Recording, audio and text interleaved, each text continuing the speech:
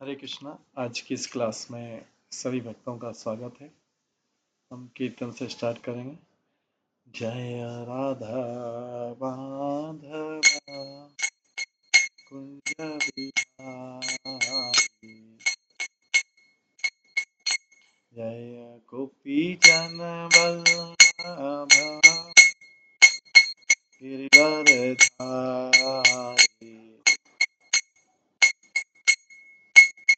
यशोदानंदन व्रज जनरंजन, यमुनातीरावनचारी,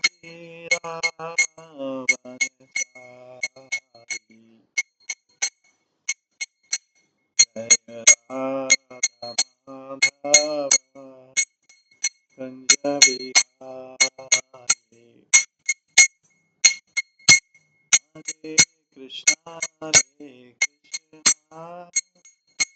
कृष्णा कृष्णा हरे हरे, हरे राम राम राम हरे हरे, हरे कृष्णा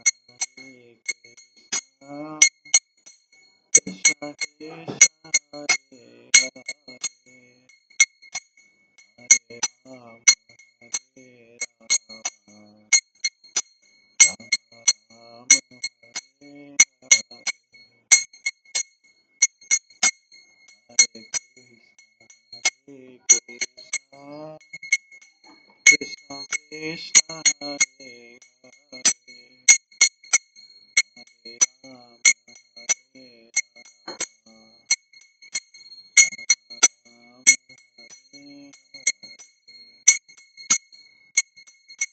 हरे कृष्णा कृष्णा कृष्णा हरे हरे, हरे राम राम राम हरे हरे, हरे कृष्णा कृष्णा कृष्णा हरे हरे, हरे राम राम राम हरे हरे, हरे कृष्णा कृष्णा कृष्णा हरे हरे, हरे राम राम राम हरे, जय राधा गोविंद राधा गोविंद राधे, जय राधा माधव माधव राधे,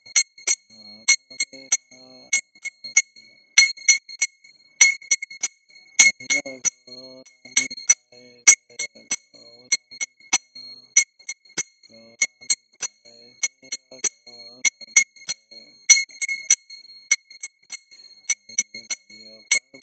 गौर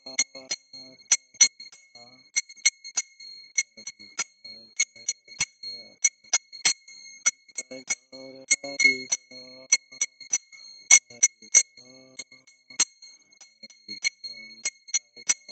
हरि।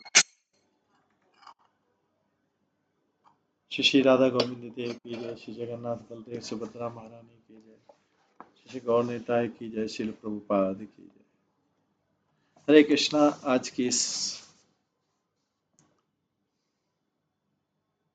पद्म पुराण कथा में क्लास में सभी भक्तों का स्वागत है।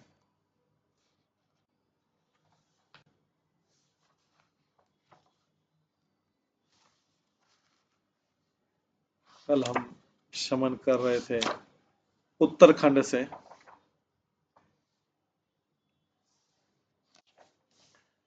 उत्तराखंड से हमने श्रवण किया था। उसके पश्चात आज हम उसके आगे श्रवण करेंगे।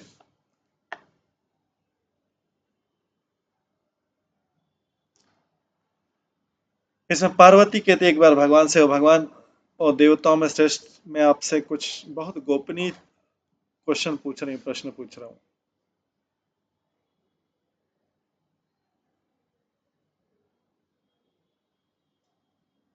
मैं आपसे बहुत गोपनीय प्रश्न पूछ रही हूँ।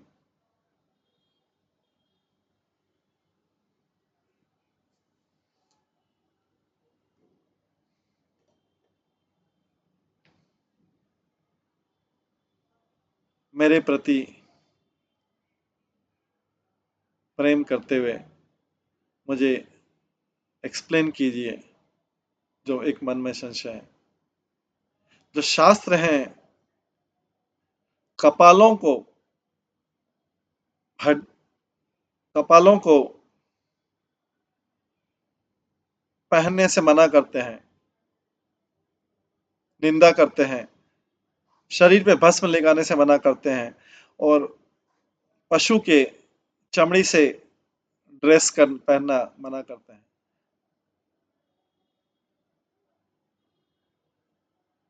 लेकिन आप पार्वती शिव जी बोलते आप तो ये सारी चीज करते हैं, तो शास्त्रों में ये चीज निंदा क्यों की गई?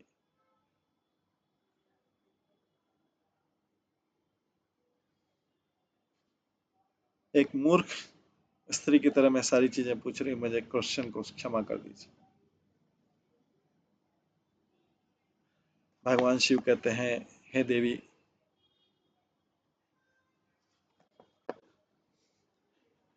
मैं आपको इसके बारे में बताऊंगी, बट ये आप दूसरों को नहीं बताएं। बहुत समय पहले कुछ बहुत शक्तिशाली असुर थे जो सब के सब भगवान विष्णु के प्रति समर्पित थे और इस प्रकार पाप रहित थे। भय से रहित तो कि इंद्र और जो दूसरे देवताओं ने भगवान विष्णु को पास गए,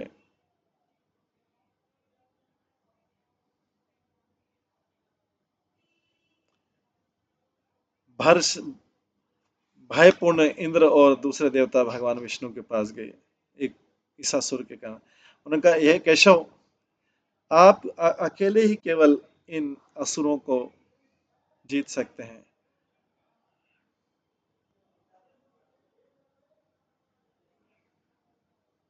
आप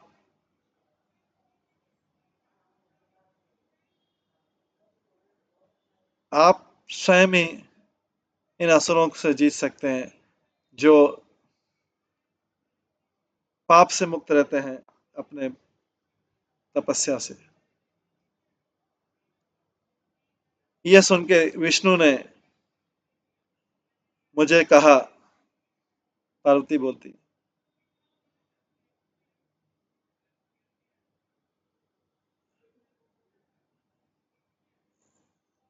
कि जो देवताओं के शत्रु हैं उनको भ्रमित करके और उनको ऐसे पाठ पढ़ा के जो उन्हें वैदिक पथ से अलग कर दे। भगवान विष्णु कहते हैं, ये जो झूठा सिद्धांत है वेदों का, ये किसी ब्राह्मण को पढ़ाया जाए पहले तो, फिर जो है इसको पूरे ब्रह्मांड में फैलाया जाए। इसलिए तुम्हें भी ये पशु की त्वचा पहननी चाहिए, नर कंकाल पहनने चाहिए, राख और हड्डियां। इस प्रकार से आप पूरी तरह से भ्रमित कर देंगे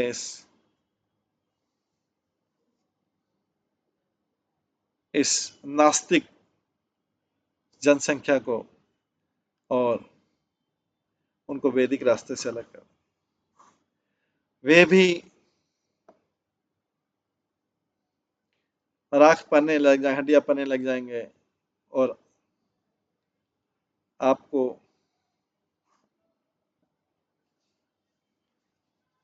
परम सत्य बताएंगे। इस प्रकार से ये असुर जो है मेरे विरुद्ध हो जाएंगे और इस प्रकार उनका पतन हो जाएगा।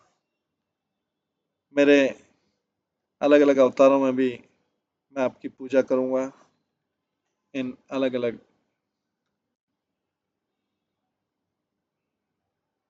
इन दुष्ट असुरों।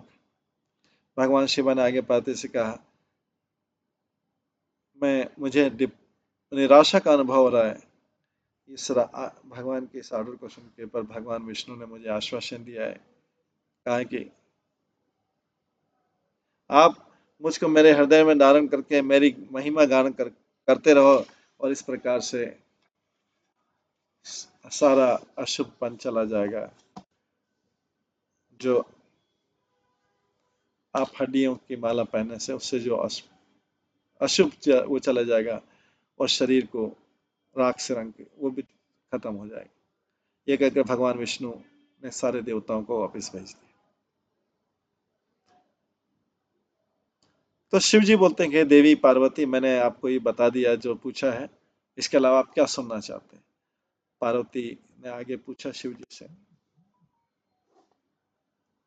कि शिव की कई बार क्रियाकलाप भ्रमित करने वाले रहते हैं। तो एक बहुत इंपॉर्टेंट मिशन है जो शिव जी का वो यहाँ पे वर्णन किया गया है।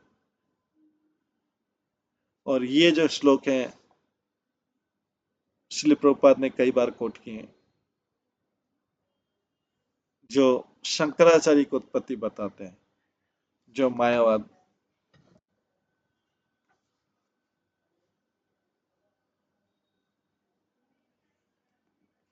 सिखाते हैं। श्रील प्रभुपाद आप कहते हैं इस रिगार्ड में, ये पद्म पुराण में कहा गया कि भगवान शिव स्वयं ब्राह्मण के रूप में आए कलयुग के एज में मायावाद प्रीच करने के लिए, जो कि वास्तव में एक बुद्धिस्ट फिलॉसफी है। ये पद्म पुराण का है, मायावाद सच्चा शास्त्रम छन्नम बौद्धयम उच्यते मयैव वि मयैव विहितम देवी कलौ ब्राह्मण मूर्तिना। भगवान शिव पार्वती देवी से बोलते हैं,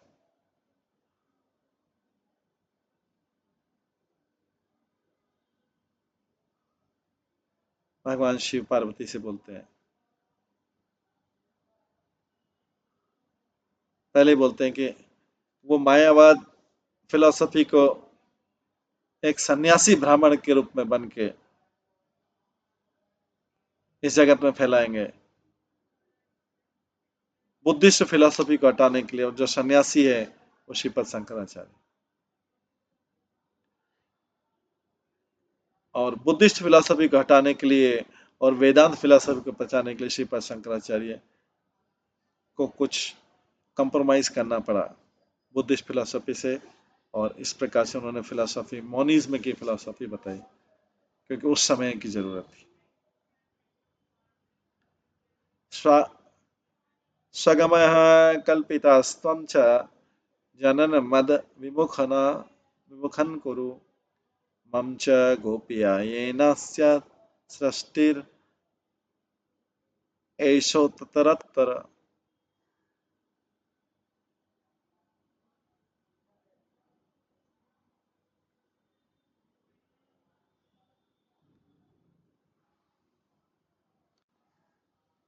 भगवान शिव को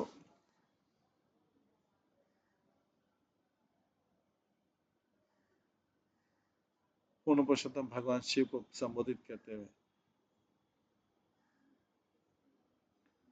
भगवान कहते हैं, सारे लोगों को मेरे विरुद्ध कर दो, वेदों का अपने तरफ से ध्यान करके, और मेरे को इस प्रकार से कवर कर दो कि बिल्कुल लोग जो है भौतिक प्रगति में ज्यादा रुचि लेंगे, इससे ज्यादातर लोग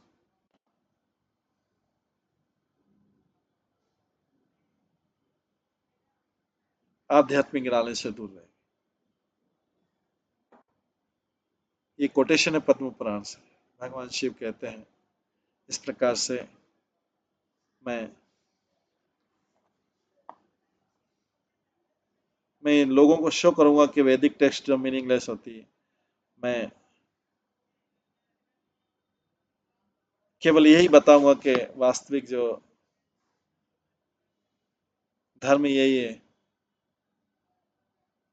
कि अपनी लोग अपनी ऑक्यूपेशन ड्यूटी को त्याग दें और कुछ काम नहीं करें। इस फिलॉसफी से मैं बताऊंगा कि पूर्ण पुरुषोत्तम भगवान और आत्मा एक हैं, और मैं ब्रह्म को निर्गुण बता दूंगा, और इस प्रकार का सिद्धांत फैला के मैं कलयुग में लोगों को भ्रमित करूंगा।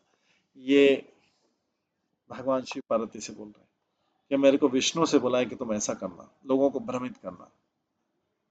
ये एकात्मवाद मनोवाद फिलोसफी बता के, मेरे आदेश से जैमिनी ने मीमांसा, गौतम ने न्याय, कपिल ने सांख्य और चर्वक, ये सब नास्तिकता के सिद्धांत बताए। ये जान लो कि सब चीजें मेरे से आएंगी। उसके बाद में भगवान की लीला, उनके अलग अलग अवतार में लीला का वर्णन किया गया है। क्योंकि मत्स्य अवतार, वराह अवतार, नरसिंह अवतार, रामचंद्र अवतार, ये श्रीमद् भागवत में, रामायण में बहुत अच्छी तरीके से बताया गया। मैं इसको यहाँ फिर से नहीं बताऊंगा। चैतन्य चेतामृत में श्री प्रभुपाद पद्म पुराण से कहते हैं राम, लक्ष्मण, भरत और शत्रुघ्न के अवतारों के बारे में। पद्म पुराण वर्णन करते हैं कि रामचंद्र नारायण है और लक्ष्मण जो है भरत, लक्ष्मण, भरत और शत्रुघ्न शेष, चक्र और शंख।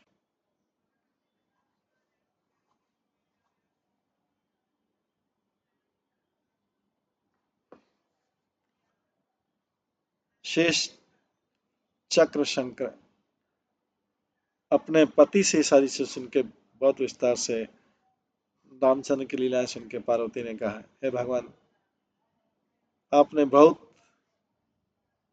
अच्छी तरीके से भगवान रामचंद्र की स्टोरी की। आपकी कृपा से सुन के मैं बहुत प्रसन्न हूँ। अब मैं इच्छा करता हूँ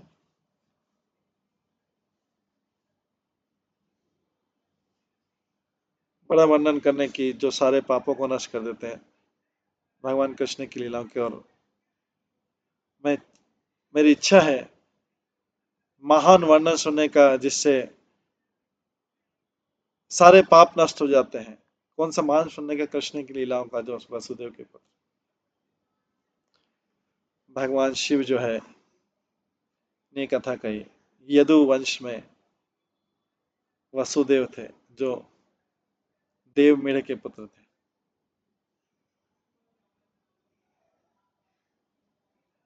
और वो धर्म के जानने वालों में श्रेष्ठ थे। वसुदेव का देवकी से विवाह हुआ, जो देवक की पुत्री थी। देवक जो उग्रसेन का भाई था। कंस बहुत शक्तिशाली पुत्र था उग्र का। जब कृष्ण अपने कजिन सिस्टर देवकी को और उनके पति को रथ पे चला रही थी, तो विवाह के समय एक आवाज आई आकाश से। उसने कहा, कंस, तुम्हारी तुम्हारी बहन का 8वां पुत्र तुम्हें मार देगा।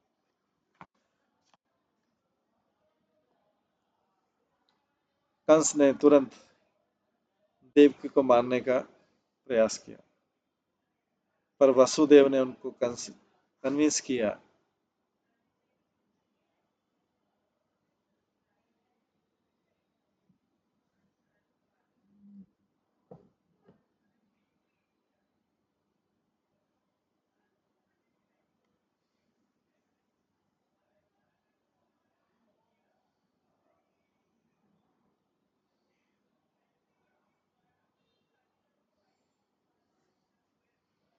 कंस ने तुरंत देवकी को मारने का प्रयत्न किया, पर वसुदेव जो है, वसुदेव ने उनको समझाया, इससे रुके वो। उनके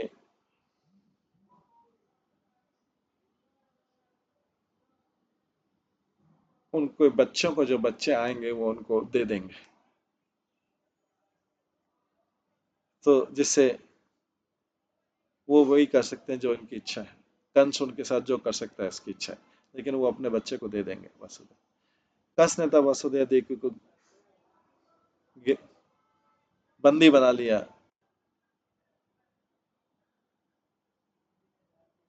तो पृथ्वी देवी जो है ब्रह्मा के पास गई। उन्होंने वहां पे जाके ब्रह्मा से शिकायत की कि मैं ऐसे असुरों को मेरे पर बोझ सहन नहीं कर सकती। पहले मैं लोगों को सपोर्ट कर सकती थी उनकी गुड प्रैक्टिस के कारण, लेकिन अभी सारे जो व्यक्ति हैं अपने सारे शक्ति को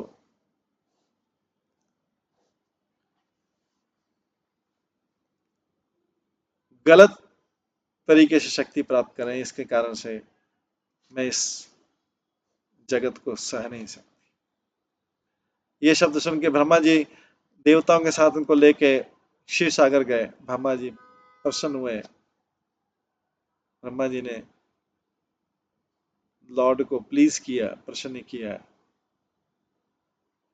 अपनी प्रार्थना से, और उन्होंने पूछा, वो देवताओं, किस उद्देश्य के लिए आप यहाँ पर आए? ब्रह्मा जी ने उनको एक्सप्लेन किया कि पृथ्वी जो है,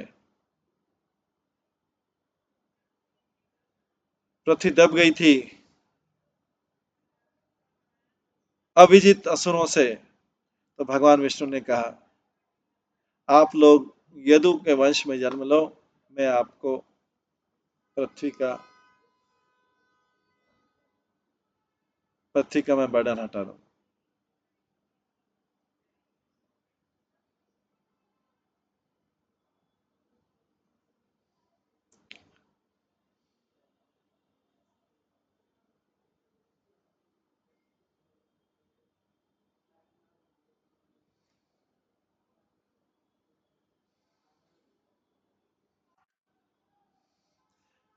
देवताओं के जन्म के बाद भगवान विष्णु ने योग माया से कहा,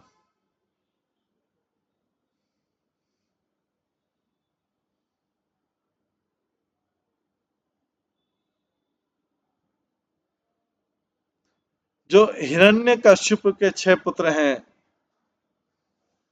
उनको माता देवकी गर्भ में रख दो, जो वसुदेव की पत्नी। जो 7वां बालक है देवकी का, वो शेष होगा, और उनको आप रोहिणी के गर्भ में स्थापित कर देना, जो उनकी सहपत्नी। उसके बाद मैं देवकी के 8वें पुत्र की जन्म लूंगा। उस समय आपका जो विस्तार है, महिंद्रा,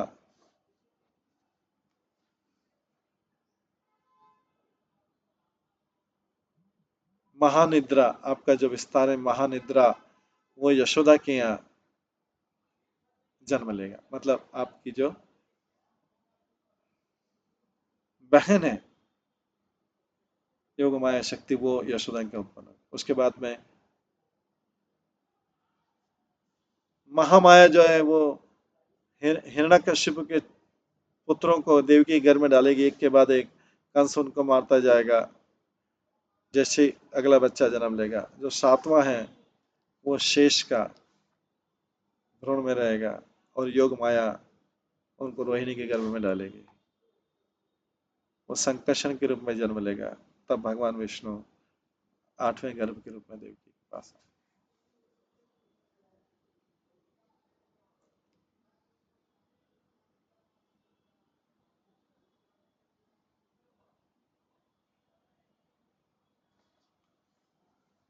वसुदेव के रिक्वेस्ट पर भगवान विष्णु ने अपने 4 भुजा हटा ली और 2 भुजाओं वाले बेबी बन गए।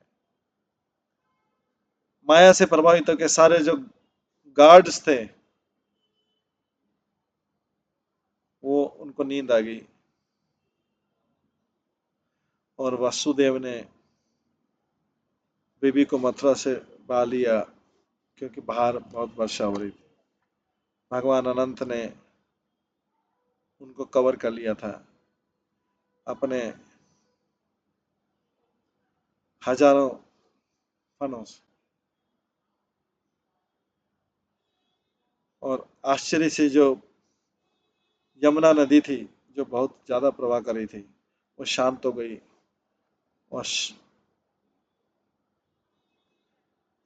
और शैलो हो गई, छिछली हो गई, और वासुदेव उसमें कम हो गया उसका जल, और वासुदेव उसमें प्रवेश कर। वासुदेव जो है बाद में नंद महाराज के घर गए, और उस पुत्री से, वासुदेव की पुत्री से अपने पुत्र को अदला बदली कर। बेबी गर्ल को लेके वो मथुरा चली गई, वो मथुरा चले गए। कौन? वसुदेव। बाद में जब गार्ड्स ने, सुरक्षा बलों ने इन्फॉर्म किया कंस को कि बच्चे का जन्म हुआ है, सो कंस बाहर आया तुरंत, तो उसने उस कन्या को ले लिया और उसको नीचे पत्थर पर फेंक दिया। लेकिन जो कन्या है ऊपर उड़ गई आकाश में, और अपने जो फुट है कंस के, अपने पैर को कंस के सिर पर रखकर वहां पर वो अष्टभुजा कन्या के रूप में।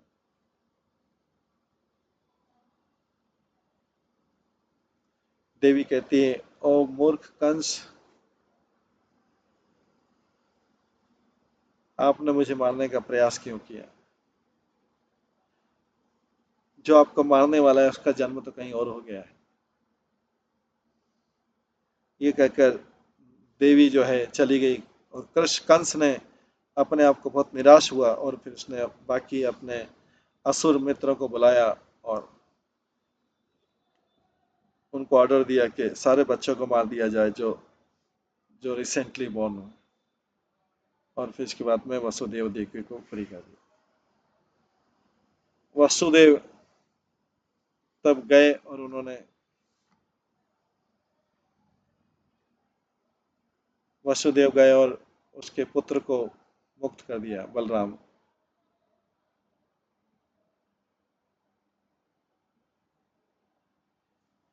वसुदेव गए और उन्होंने बलराम को नंद महाराज की केयर में रख दिया, उनकी सावधानी में। उन्होंने यशोदा मैया से बोला है, माता मेरे को बलराम को, मेरे मेरे पुत्र बलराम को आपके जैसा ही संभालना। ये मेरा पुत्र रोहिणी से उत्पन्न हुआ है, मैं कंस से डरता हूँ।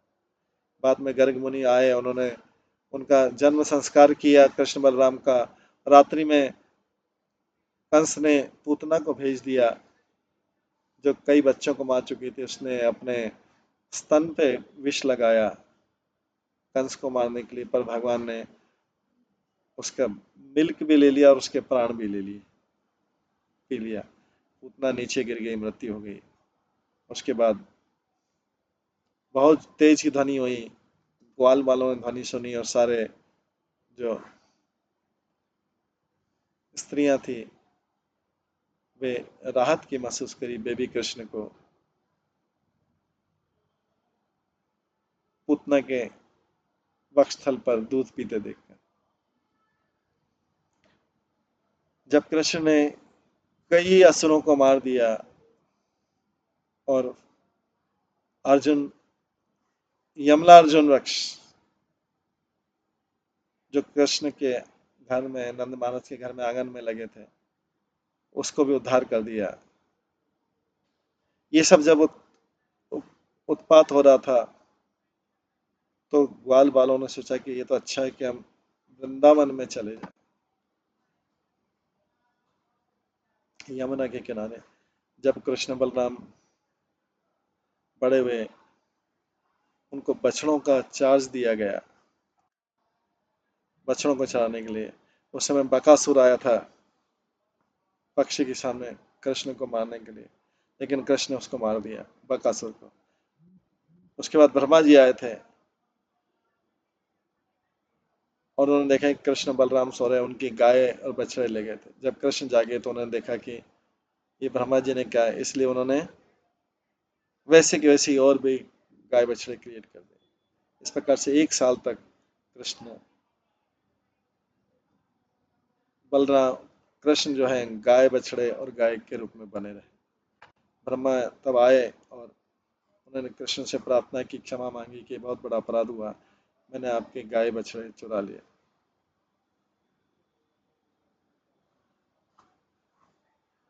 वो आप तो स्नेही हैं, जो आपका सन लेते, इसलिए प्लीज मुझे क्षमा कर दीजिए। इसके बाद कृष्ण ने कालिया सर्प का उद्धार किया।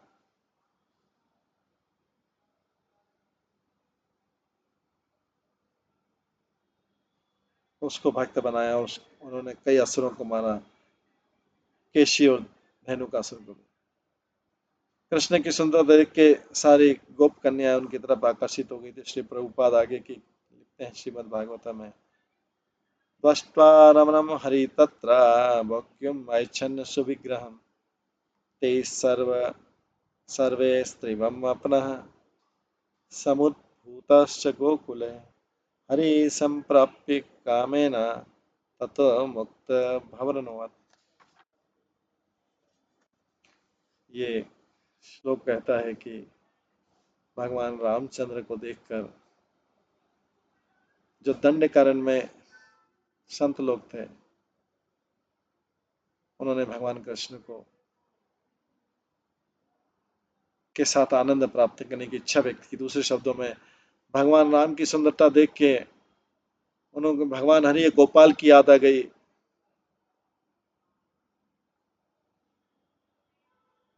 जो उनके उनके पूजा का विषय है, और उसके बाद वे उनके साथ एंजॉय करना चाहते थे, बट संकोच के कारण उन्होंने उस इच्छा पे काम नहीं किया। जहाँ पर भगवान राम, श्री राम जो कि कल्पवृक्ष है, उन्होंने उनको कृपा दे दी। हालांकि उन लोगों ने कृपा भगवान से कृपा देने का निवेदन नहीं किया था, दंडकारण्य के लोगों ने, लेकिन उनकी इच्छाएं पूरी हो गई। जैसा कि जैसा कि शब्द जो है ते सर्वे से शुरू हुआ, उनके काम इच्छाओं से,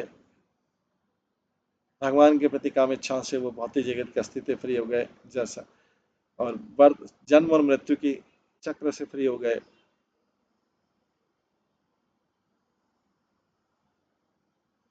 और कोइंसिडेंटली उन्होंने हरि का माधुर्य रस में संग पाया। ये सब सारे ऋषि मुनियों ने जो दंडकारण्य में भगवान राम को देखकर उनकी तरफ आकर्षित है। कृष्ण के बांसुरी की ध्वनि रात्रि में सुन के जो गोपियां हैं वो अपने बिस्तर से उठ गई। उन्होंने अपने अपने हस्बैंड को छोड़ दिया, पुत्रों को छोड़ दिया, उनके संबंधी को छोड़ दिया,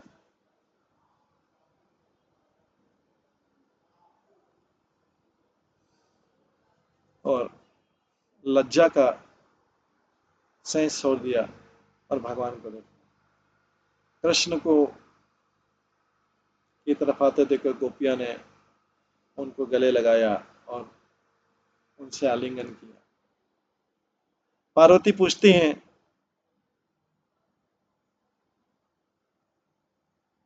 ऐसा कैसे हो कि जनार्दन जो कि इस पृथ्वी पर आते हैं धर्म की रक्षा के लिए, उन्होंने दूसरे की पत्नियों के साथ आनंद प्राप्त किया। भगवान शिव कहते हैं, भगवान कृष्ण अपने शरीर में और दूसरों के शरीर में कोई अंतर नहीं देखते, क्योंकि सारा जगत ही उनके शरीर से निकला है। वास्तव में इस जगत में ऐसा कुछ चीज नहीं जो कृष्ण से अलग हो। इसके बाद भगवान कृष्ण ने गोवर्धन पर्वत को उठाया। नारद मुनि तब राजा कंस को मथुरा में देखने गए। उनसे सम्मान पाके नारद आगे बढ़े। भगवान कृष्ण के प्राकट्य को बताने के लिए। इसके पश्चात नारद मुनि ब्रह्मलोक आ गए। इस पर विचार कर, इस विषय पे विचार कर कुछ समय तक कंस ने फिर अक्रूर को भेजा वृंदावन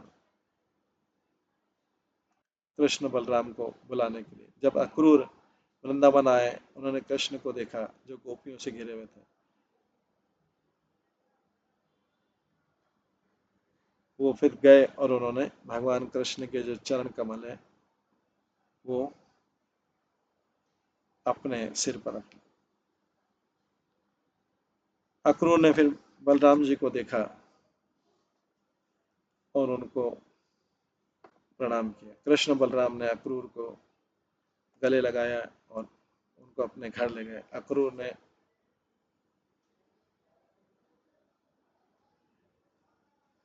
कहा कि कंस जो है आपको मारने की आशा कर रहा है, कोवलियापुट हाथी के द्वारा और चाणूर मुष्टि के द्वारा। उसने वासुदेव को जेल में बंदी कर लिया, देवकी को, और राजा ने सभी ग्वाल वालों को ब्रज के इनवाइट किया है। कल बड़ा फेस्टिवल है धनु यज्ञ का। इसमें कोई संशय नहीं मेरे मन में कि जो दुष्ट कृष्ण कंस है वो कृष्ण से मारा जाएगा। अगले दिन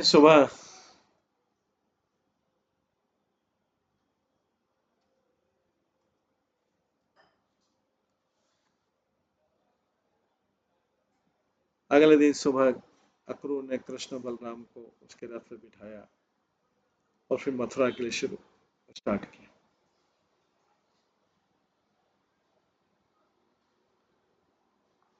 बाद में दिन में यमुना रिवर में स्नान करते हुए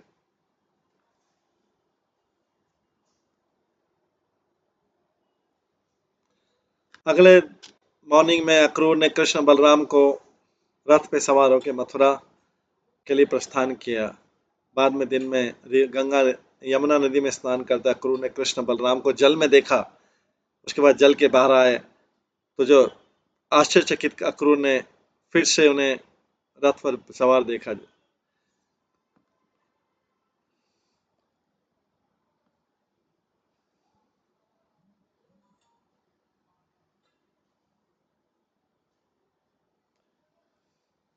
मथुरा में आगमन पर अक्रूर ने कृष्ण बलराम को गेट पे छोड़ दिया और राजा कंस को बताया कि वो आ गए हैं। संध्या समय कृष्ण बलराम ने मथुरा में प्रवेश किया। वो एक धोबी से मिले जो राजा के कपड़े ले जा रहा था। जब धोबी को उन्होंने रिक्वेस्ट किया कि कुछ कपड़े दे दो, कृष्ण बलराम ने बोला, धोबी ने मना कर दिया। मथुरा के धोबी ने कृष्ण वाश्रमेन को अपनी हाथ की हथेली से उसको सिर काट दिया और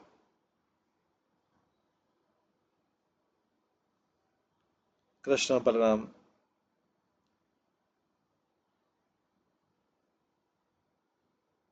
ने वो सारे कपड़े ले लिए जो उनका इच्छा।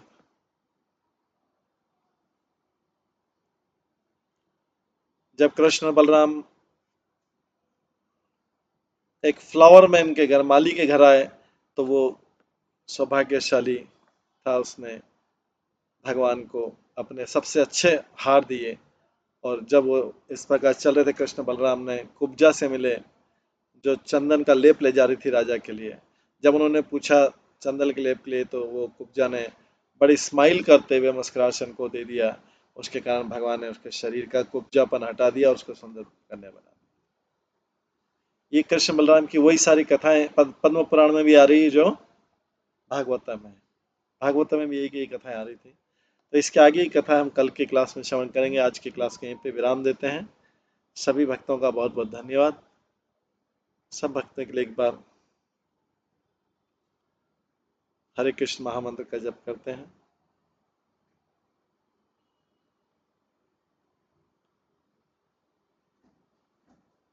हरे कृष्णा कृष्णा कृष्णा हरे हरे, हरे राम राम राम हरे। श्री पद्म पुराण ग्रंथ की जय। श्रील प्रभुपाद की जय। सभी भक्त गणों की जय। हरे कृष्ण।